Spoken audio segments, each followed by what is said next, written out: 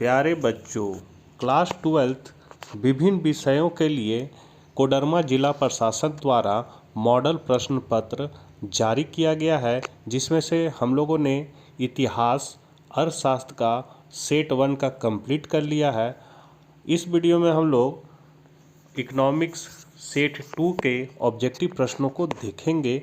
शुरू करने से पहले आपसे रिक्वेस्ट है कि अपने चैनल DRGP82 पर नए हैं तो चैनल को जरूर सब्सक्राइब कर ले और अर्थशास्त्र के बच्चों तक यह वीडियो जरूर शेयर करें। तो चलिए हम लोग आज कुछ नया सीखते हैं।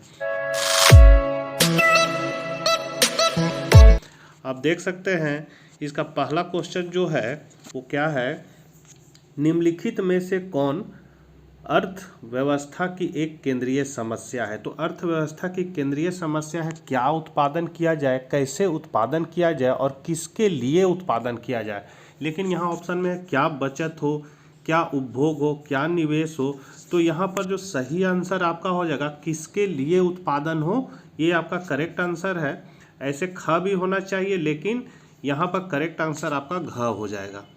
दूसरा है निम्नलिखित में से कौन किसी वस्तु की मांग को प्रभावित करने वाला एक कारक नहीं है। मतलब वस्तु की मांग को प्रभावित करने वाला कारक कौन नहीं, तो वस्तु की कीमत है, संबंधित वस्तु की कीमत भी है और उपभोक्ता की भी आय भी है। तो यहाँ पर जो साधनों की कीमत है ये नहीं है, तो यहाँ घ हो जाएगा। तीसरा नंबर क्वेश्चन है किस अर्थव्यवस्था में केंद्रीय समस्याओं का समाधान बाजार शक्तियों के द्वारा होता है। यहाँ पर जो बाजार शक्ति है इसका मतलब होता है मांग और पूर्ति, जिसको हम लोग कीमत तंत्र भी बोलते हैं। तो ये आपका पूंजीवादी अर्थव्यवस्था में होता है, इसलिए तीसरा का हो जाएगा ग। चौथा है उत्पादन संभावना वक्र का दाहिनी ओर विवर्तित होने का क्या कारण है। यहाँ पर है कारण, क्या कारण है। तो आपका जब भी वो दाहिनी ओर उत्पादन संभावना वक्र होता है तो इसका मतलब उत्पादन में क्या होगा, वृद्धि होगा। तो ऐसा कब होगा, बाढ़ में नहीं, संसाधनों का ह्रास में भी नहीं, और पुरानी तकनीक का प्रयोग में भी नहीं हो सकता है। ये होगा तकनीकी विकास के कारण क्या होगा, उत्पादन संभावना वक्र दाहिनी ओर शिफ्ट कर जाएगी, इसलिए चौथा का आपका ग हो जाएगा। पांचवा है किसी वस्तु के उपभोग से एक अतिरिक्त इकाई से परिवर्तन को क्या कहा जाता है। यहाँ टाइपिंग मिस्टेक है, क्या कहा जाता है। तो जहाँ पर आपका अतिरिक्त इकाई आ गया, जान जाइएगा वहाँ हम लोग सीमांत का प्रयोग करते हैं। मतलब यहाँ हो जाएगा आपका उपभोग से संबंधित है तो सीमांत उपयोगिता हो जाएगा।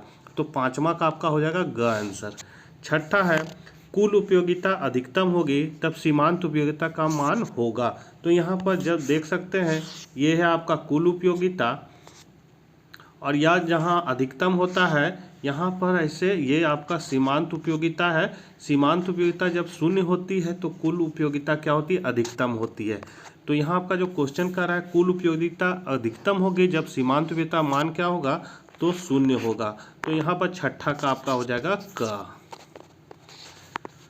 अगला है उदासीनता वक्र के संबंध में कौन सा कथन असत्य है। यहाँ असत्य निकालना है। तो उदासीन वक्र की ढाल ऋणात्मक होती है, ये सही है। उदासीन वक्र मूल बिंदु की ओर उत्तल होता है, ये भी सही है।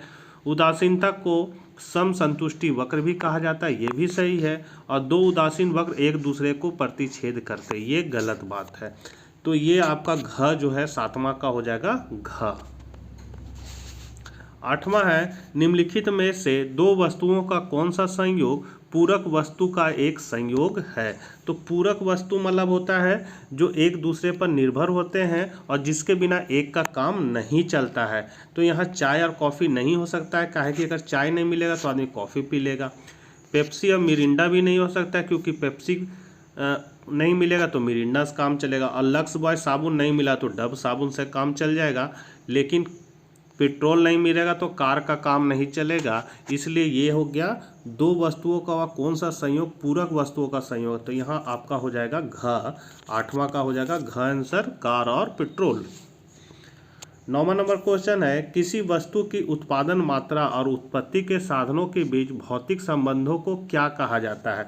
तो यहाँ पर जो भौतिक संबंधों को कहा जाता है उत्पादन फलन। तो आपका 9वां का हो जाएगा घ। पैमाने का प्रतिफल का संबंध किस काल से है। तो पैमाने का जो प्रतिफल है वो दीर्घकालीन उत्पादन फलन को बताता है। तो यहाँ 10वां का हो जाएगा आपका ग। और यही परिवर्तनशील अनुपात का नियम पूछता तो वो अल्पकालीन उत्पादन फलन कहलाता।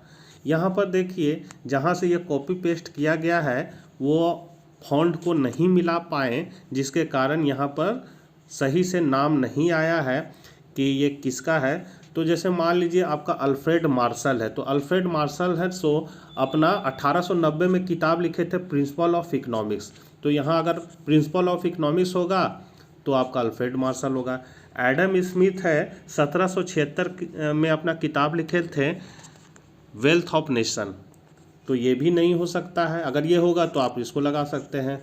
और रॉबिन्स जो है उन्होंने ए सिग्निफिकेंस ऑफ इकोनॉमिक साइंस 1932 में लिखा था। तो ये जो भी है इसको आप लोग देख लीजिएगा। और हिक्स अपना किताब लिखे थे वैल्यू एंड कैपिटल 1939 ईस्वी में, वैल्यू एंड कैपिटल। तो तीनों की किताब मैंने बता दिया है। अब यहाँ क्या लिखा हुआ है समझ में नहीं आ रहा है, तो हम लोग आगे बढ़ते हैं।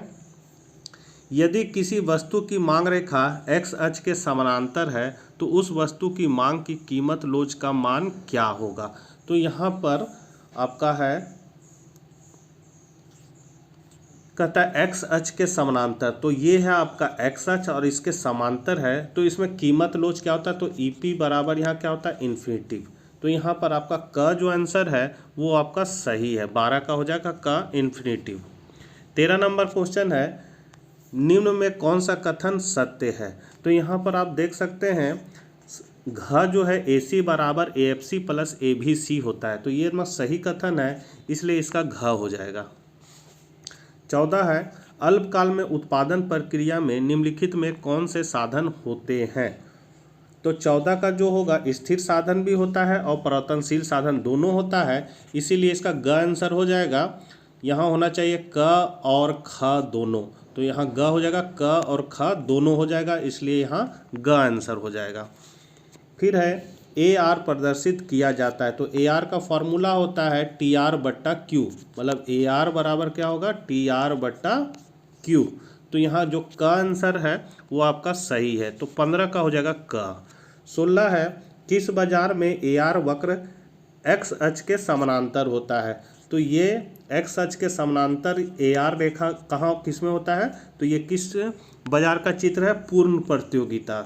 तो यहाँ पर 16 का जो हो जाएगा वो क हो जाएगा। 17 है पूर्ण प्रतियोगिता, यहाँ मिस्टेक है, पूर्ण प्रतियोगिता में AR तथा MR के बीच संबंध पाया जाता है। तो ये हमेशा पूर्ण प्रतियोगिता में क्या होता है, ये जो वक्र है ये AR है, यही आपका MR है, यही आपका प्राइस है, यही आपका डिमांड है। तो यहाँ पर AR और MR क्या होता है, बराबर होता है, तो इसलिए 17 का हो जाएगा क। 18 है समरूप उत्पाद किस बाजार की विशेषता है। तो समरूप एक समान वस्तु कहाँ मिलता है, केवल पूर्ण प्रतियोगिता में, तो आपका यहाँ पर हो जाएगा 18 का क, केवल पूर्ण प्रतियोगिता में।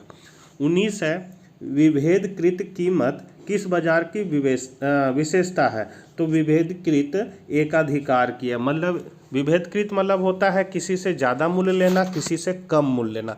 जैसे मान लिया कोई पेशेंट डॉक्टर को दिखाने गया तो डॉक्टर उसका 100 रुपया फीस लेगा, वहीं दूसरा पेशेंट आया तो उससे 500 रुपया लेगा, तो 100 रुपया उससे लिया, मतलब ये क्या हुआ कि मूल्य विभेद दोनों में किया गया है। तो ऐसा एकाधिकार में ही संभव है, तो 19 का हो जाएगा आपका ख।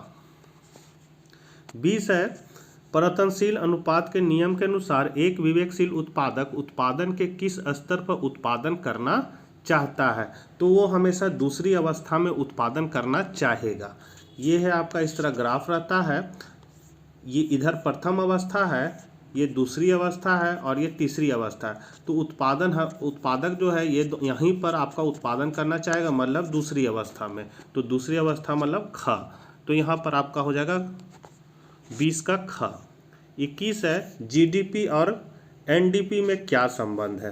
तो यहाँ पर दोनों के बीच क्या संबंध है, तो GDP बराबर NDP प्लस मूल्य ह्रास होगा, तो 21 का हो जाएगा आपका ग। 22 है निम्न किस वस्तु के, यहाँ हो जाएगा निर्माण में गेहूं एक मध्यवर्ती वस्तु है। तो गेहूं एक मध्यवर्ती वस्तु किस में, चपाती में भी है, बिस्कुट में भी है और ब्रेड में ही है, इसलिए इसका आंसर हो जाएगा घ, इनमें से सभी। 23 नंबर क्वेश्चन है, राष्ट्रीय आय का अध्ययन किस अर्थशास्त्र से संबंधित है? तो यहाँ राष्ट्रीय आय मतलब पूरा देश का आय, और ये समष्टि अर्थशास्त्र के अंतर्गत ही संभव है, तो यहाँ हो जाएगा ख। यहाँ समष्टि का स्पेलिंग गलत लिखा हुआ है, समष्टि, इस तरह होगा समष्टि अर्थशास्त्र, तो 23 का हो जाएगा ख। 24 नंबर क्वेश्चन है,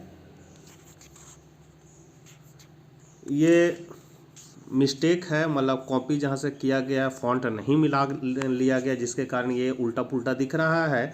तो यहाँ मेरे हिसाब से होना चाहिए the general theory of employment interest and money नामक पुस्तक किसके द्वारा लिखी गई है?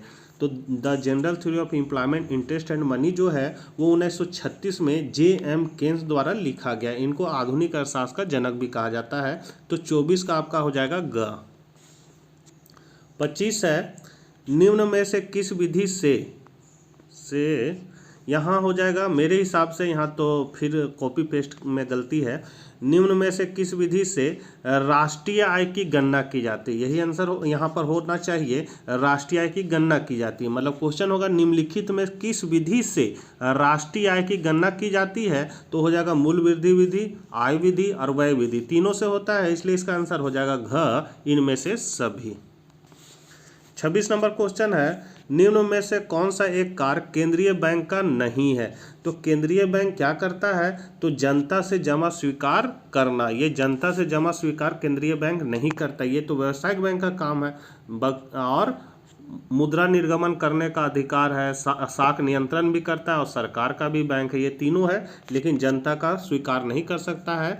तो यहाँ बोल रहा है केंद्रीय बैंक का कार्य कौन नहीं है, तो यहाँ 28 का आपका ग हो जाएगा आंसर।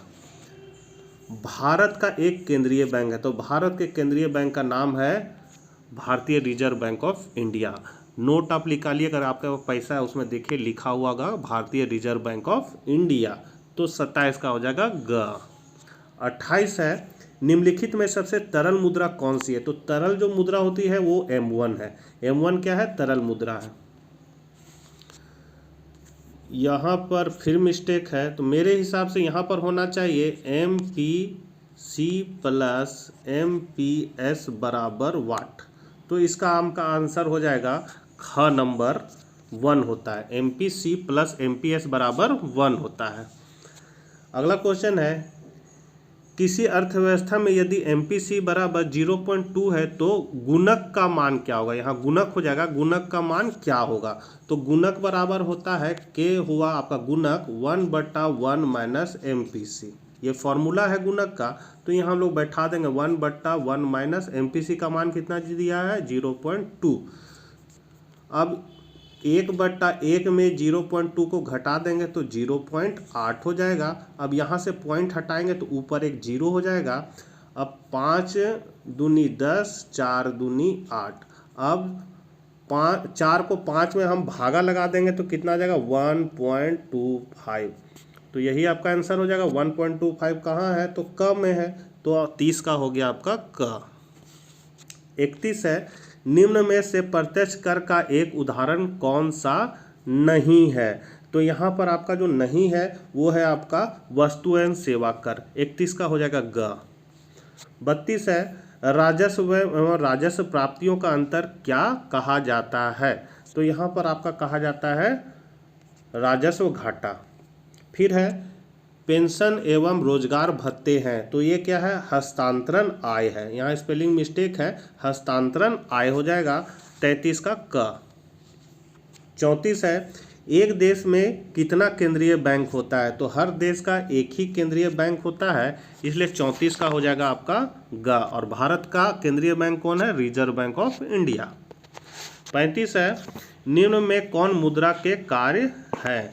तो आपका मुद्रा का कार्य क्या है? विनिमय का माध्यम भी होता है और मूल्य का मापक भी होता है, इसलिए यहाँ पर ग आंसर आपका हो जाएगा। क और ख दोनों, क और ख दोनों हो जाएगा। यहाँ मिस्टेक है, टाइपिंग मिस्टेक, इसलिए इसका आंसर हो जाएगा क और ख दोनों। फिर है 35 नंबर, भारत में 1 रुपये का नोट जारी करता है, ये बहुत इंपॉर्टेंट क्वेश्चन है। तो 1 रुपये का जो नोट होता है वो भारत का वित्त मंत्रालय जारी करता है, इसलिए 36 का हो जाएगा आपका ख। फिर है निम्नलिखित में से कौन सा प्रत्यक्ष कर है? तो प्रत्यक्ष कर, यहाँ आपका प्रत्यक्ष कर जो हो जाएगा वो है उपहार कर, ये आपका प्रत्यक्ष कर है। गुणक किसके बराबर होता है? तो गुणक का फॉर्मूला क्या होता है? डेल्टा सी बट्टा डेल्टा वाई। कहने मतलब है आय में परिवर्तन के फलस्वरूप उपभोग में होने वाले परिवर्तन के अनुपात को हम लोग गुणक कहते हैं। तो ऐसा कहाँ लिखा हुआ है? तो ऐसा क में लिखा हुआ है, विनियोग में परिवर्तन के परिणाम स्वरूप आय में परिवर्तन। तो आपका 38 का हो जाएगा क। फिर है 1 रुपये के नोट के अलावा अन्य नोटों को कौन जारी करता है? तो अभी क्वेश्चन देखे थे, 1 रुपया नोट कौन जारी करता है? तो वित्त मंत्रालय, भारत का वित्त मंत्रालय। और 1 रुपया नोट के अलावा कौन जारी करेगा और नोट? तो भारतीय रिजर्व बैंक ऑफ इंडिया जारी करेगा, इसलिए यहाँ पर आपका हो जाएगा क। और लास्ट क्वेश्चन है ऑब्जेक्टिव क्वेश्चन, निम्नलिखित में कौन भारतीय स्टेट बैंक के कार्य है? तो स्टेट बैंक मतलब व्यावसायिक बैंक, ये क्या करता है? जनता से जमा भी स्वीकार करता है और जनता को ऋण भी देता है, इसलिए यहाँ पर क और ख दोनों हो जाएगा। फिर यहाँ गलती कर दिया, ए और बी लिखा हुआ है, यहाँ हो जाएगा क और ख दोनों। तो बच्चों वीडियो बहुत लंबा हो रहा है, अति लघु उत्तरीय और लघु उत्तरीय को नेक्स्ट वीडियो में हम बताएंगे और उसके बाद दीर्घ उत्तरीय को अलग वीडियो में बताएंगे। तो मिलते हैं नेक्स्ट वीडियो के साथ, तब तक के लिए आज्ञा दीजिए, बाय बाय।